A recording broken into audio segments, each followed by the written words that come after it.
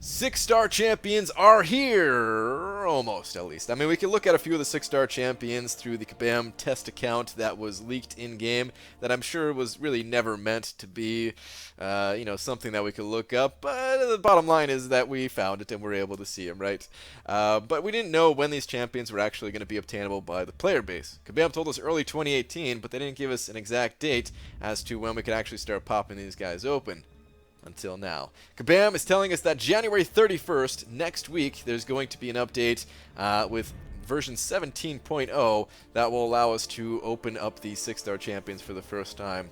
There's a few little interesting tidbits of information in here. First up, a 6-star champion at rank 1, level 25, will have slightly higher stats than a 5-star champion at rank 4, level 55. So just opening up a 6-star champion is pretty much just as good as having a 455 5-star champion. That's kind of crazy right there, man. Rank 2, level 35, will have slightly higher stats than a 5-star at rank 5, level 65. So, yeah, man, these guys scale up pretty crazily, considering that, for the 4-star to 5-star comparison, it took a rank 3 5-star to have, a slightly higher than a max rank 5-star, and in this case, you only need rank 2 for a 6-star to be equivalent or slightly higher than a max rank 5-star. So, yeah, really crazy stuff there. The actual list of champions is here. I put them in a little spreadsheet just to make them a little bit easier to see for the 6 different class types. For Mutant, we have Beast, Cable, X-Bull, Dead Force, and Storm. For Skill, it's Daredevil Classic, Karnak, Kingpin, Winter Soldier. For Science, Captain America World War II, Luke Cage, Red Hulk, which those would have sucked in the past, but now that they're getting buffed, those might actually be some of the top picks in here. And Yellow Jacket, of course. Mystic, we have Iron Fist, Juggernaut, Loki, Thor, Jane Foster, Cosmic, Angela, Black Bolt, Gamora, and King Groot. And for Tech, Green Goblin, Nebula, Rocket, and Yondu. A lot of these champions are kind of underwhelming, but some of these champions are actually pretty powerful. So it'll be interesting to see what happens, man.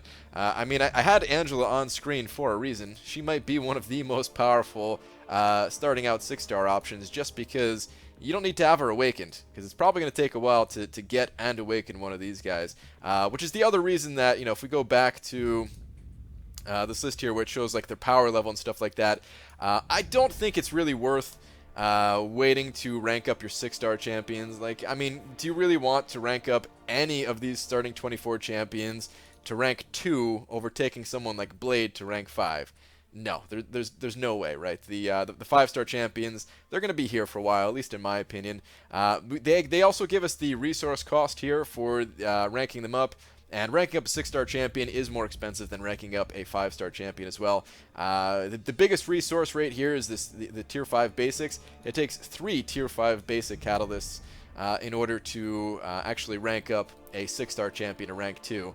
So yeah, you can have like 1.5 5-star champions at rank 5 for something like that. So yeah, I definitely think it's worth still ranking up the 5-star champions over the 6-stars, at least for right now.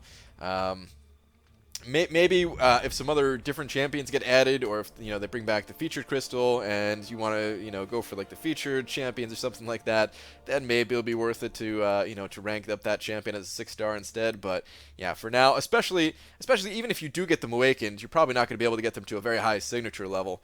Whereas the 5-stars, it's difficult to get them to a high sig level, but it's not impossible. We do have ways of getting 5-star signature stones from like the uncollected difficulty and master mode and stuff like that. So yeah, 5-stars, they're definitely the way to go for a while, in my opinion.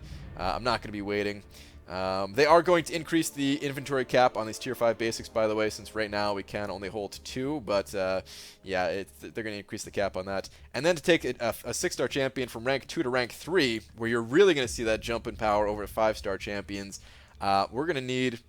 first off, another 4 Tier 5 basics, so yeah, that's pretty expensive right there. And then 1 Tier 5 class catalyst. So yeah, of course we knew the Tier 5 class catalysts, they were coming too, right? As soon as Kabam introduces a Tier 5 basic, of course there's going to be a Tier 5 class for like the next rank too. And yeah, that's going to be the first part of it. It looks like you're only going to need 1 Tier 5 class catalyst though, which is a little bit interesting. And it gives me a little bit of potential insight into the future, is that these things are going to be really hard to get, probably, Tier 5 class Catalyst. And, I mean, that's kind of obvious, right? Tier 4 class Catalyst, they were pretty hard to get for a long time. But I have a feeling it's going to be even more difficult than that. Like, because I mean, back then you needed 3 of a different class type, so at least Kabam can give out some rewards here and there, and then eventually you build up 3 or something like that, right? In this case, if you only need 1, they're probably going to be very, very difficult to get initially, like extremely difficult. Like, I mean, imagine completing like Act 6 or something like that to get them. That's what I'm talking about. It's probably going to be very difficult. So yeah, that's a little bit interesting there at least. They also tell us about the new 6-star mechanic, Adrenaline. Finally have some more information about how this is going to work. And Adrenaline is a brand new mechanic in the contest that is only available to 6-star champions. Think exactly the same way 5-star champions are when you use your special 3, and it has like that little bar that pops up on screen where you can gain some boosted damage. That was like the unique thing for 5 stars. Now Adrenaline is going to be the unique thing for 6 stars. It works in an entirely different way, and it's slightly hard to get an exact feel for it based off of what they're telling us here. But they do go into detail about what it's going to look like. So when your champion is hit by the opponent, 100% of the damage is dealt to your champion as usual. And in addition, Adrenaline is added to your champion's health bar. The amount of Adrenaline added is based on a percentage of the damage received. So it looks like you're not going to be able to heal back everything, which makes sense. When your champion hits the opponent, when you attack your opponent and you have Adrenaline, Adrenaline is subtracted from your champion and converted into regular health. The amount of Adrenaline converted is a percentage of your champion's attack rating. So far, this sounds really cool because it sounds like it's all going to be contained just in the health bar. And it's probably one of the reasons why they wanted to get those percentages in there. This way we could see, like, maybe break it down in like percentage of Adrenaline. I'm not too sure. But I like the way it sounds. It sounds like it's not going to be this extra mechanic that you have to like change the way you're playing. It's just all going to be contained in that health bar in a way to regain some of this. The effect only occurs on light, medium, heavy, and special attacks. It does not apply to damage that is caused by abilities such as bleed and poison, etc. So yeah, you're going to need to actually hit the enemy to gain that health back. Adrenaline is applied on hits and blocks. You can gain Adrenaline from chip damage from blocks, which is also pretty interesting.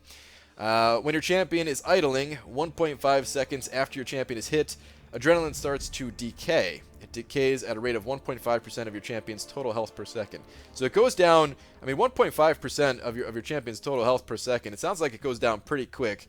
I mean, we don't even know how much Adrenaline you're going to be able to get. But yeah, it sounds like you're going to need to be pretty aggressive to get this health back, which is cool, man. I really think this is going to add a lot to the game. Adrenaline does not count as health, so even if you have Adrenaline, if your health drops to 0, the fight is lost. Adrenaline does not interact with your masteries or buff nodes, so it is not affected by effects like heal block, which is also, I find, to be pretty interesting, is that 6 stars are just going to have this extra advantage over 4 and 5 stars when it comes to certain nodes like heal block. The one exception is healing abilities. When your champion heals, it reduces the amount of Adrenaline they have. The ratio is 1-to-1. For every 1 HP they heal for, 1 Adrenaline is reduced from the health bar. So, yeah, again, we're going to need to see exactly how this works in-game, but this definitely does give us a pretty good idea of how the whole Adrenaline concept is going to be. And it sounds awesome. It sounds, you know, I mentioned this in my Void video, but I really think this is going to give... I think it's going to change the way that we view certain champions. There's a lot of champions out there that have a lot of tanky abilities, a lot of damage reduction, stuff like that. And actually, if we go back to the game, one of the new 6-star champions that's being added is a perfect example of this. Yondu. Yondu has different weaknesses built in. I can't remember all of his abilities. Here we go. Well, yeah, so they suffer debuffs. Anyway, his signature ability, the end of it says reducing attack by 40% for 5 seconds. This is when they, when they cast like a special ability. So anyway, he has, bottom line is he has these weaknesses built in where he's reducing damage. The problem is he's not a sustainable champion because he doesn't have any form of healing.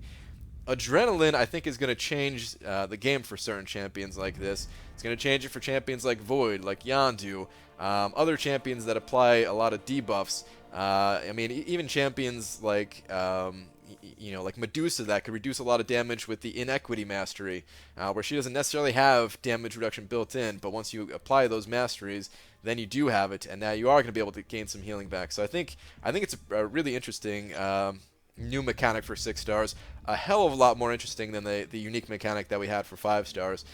So very excited to see it. There is a couple of other things that I wanted to mention here. If we go back to the forum post, there's one thing here that I'm really disappointed to see, and this is something that I want to talk about in more detail in its own video, and it's something that I've been noticing for almost as long as I've been playing this game, to be honest. Marvel Contest of Champions is the type of game where of course, like the farther along you are in terms of your progression versus the content that's coming out, the easier time you're going to have, the less resources it's going to cost. It's a really big incentive to keep getting and chasing these higher end champions, just because it's going to make the game easier for you, right? And that's awesome to a point. But you can see here, they mentioned 4-star champions will still be the criteria we base a lot of our content on, like our master difficulty level and various other special events. 6-star champions will have an easier time in these modes. However, we are working on content that will better suit to stronger champions, like the uncollected difficulty level, some of which you've already seen. I feel like it's a problem that pretty much every game suffers, because every game, it has to. You have to you're making the game for the majority of the player base, while also trying to make everybody happy at every level of the game. But it's getting to the point where it seems like it's really hard for Kabam to keep up and make more difficult content, because a lot of this content, if you have a very strong roster, you got a roster full of like the best of the best 5 stars, it's kind of just a pushover, and it's really not enjoyable. The way around this, because I don't want to just see everybody have, struggle and have the worst time in solo content and stuff like that, the biggest way around this is to have a more competitive game mode outside of this regular quest content, which is why I'm really hoping that we're going to see a new game mode that will really push that competition, because, Kabam, they can't really design, for example, they can't design master difficulty or even uncollected difficulty around having like rank 2 6-star champions, right? Because then, most people won't be able to get it done. But if you make that content for players that do have these 4 stars and 5 stars like Kabam is doing here, and then also have this additional game mode for players who are at like the highest level to fight head to head, then that level of difficulty is always driving up based on what our rosters are. And yes, I know there's Alliance Wars in-game right now, but to be honest, I feel like that is not, at least for me personally, I just don't enjoy Alliance Wars all that much. It's a mode that I'm going to keep doing because the rewards, although they're a little bit lacking right now, it's still rewards. I'm still going to get them, right? It's still one of the major sources of 5-star shards. So of course I'm going to keep doing it, but I want to see something a bit more fun, something that is on a smaller scale, something that's more repeatable. It's not over 48-hour span, stuff I've talked about on the channel and live streams in the past, and again, I'll make a separate video around that topic. But yeah, that is something very disappointing to see. I mean, it's one thing when you kind of see that it's going on, and again, I've been seeing this been going on for a very long time already. But it's another to hear Kabam actually say it, is like, okay, we're introducing these 6 stars, but I mean, you're still good with 4 stars. Like, then what's the point? Why do I need these 6 stars then? I don't, my level of care just plummets. Like, I just don't care then. I want a reason to be getting these 6-star champions other than, well, I can save a potion or 2 or something like that when I'm not really spending units on potions anyway, so who cares, right? But anyway, that'll be a separate video, because that topic does run a lot more deep than just what I said here. Last thing I want to talk about is that in the past I did make a video making some predictions of these first 6-star champions that we would see. So let's go ahead and actually take a look and see how close I was on some of these predictions. As I did just add them on to that previous spreadsheet. And really, I'm just going to very quickly name the ones that I actually got right, because for the most part, I was pretty far off on a lot of these predictions, but some of them I got right. So we had X-Pool, Dead Force, Karnak, None for the science class, actually. Loki, Thor Jane Foster, Black Bolt, Gamora, and Yondu. So I got 7 out of the 24 right, which is not very good, but it was just for some fun anyway. So yeah, that is going to do it, guys. These are the actual 6-star champions that we will be getting. The rest was just predictions in the past. And yeah, that's going to do it for this one. Thank you very much for watching. I'll see you guys in the next video. Take care.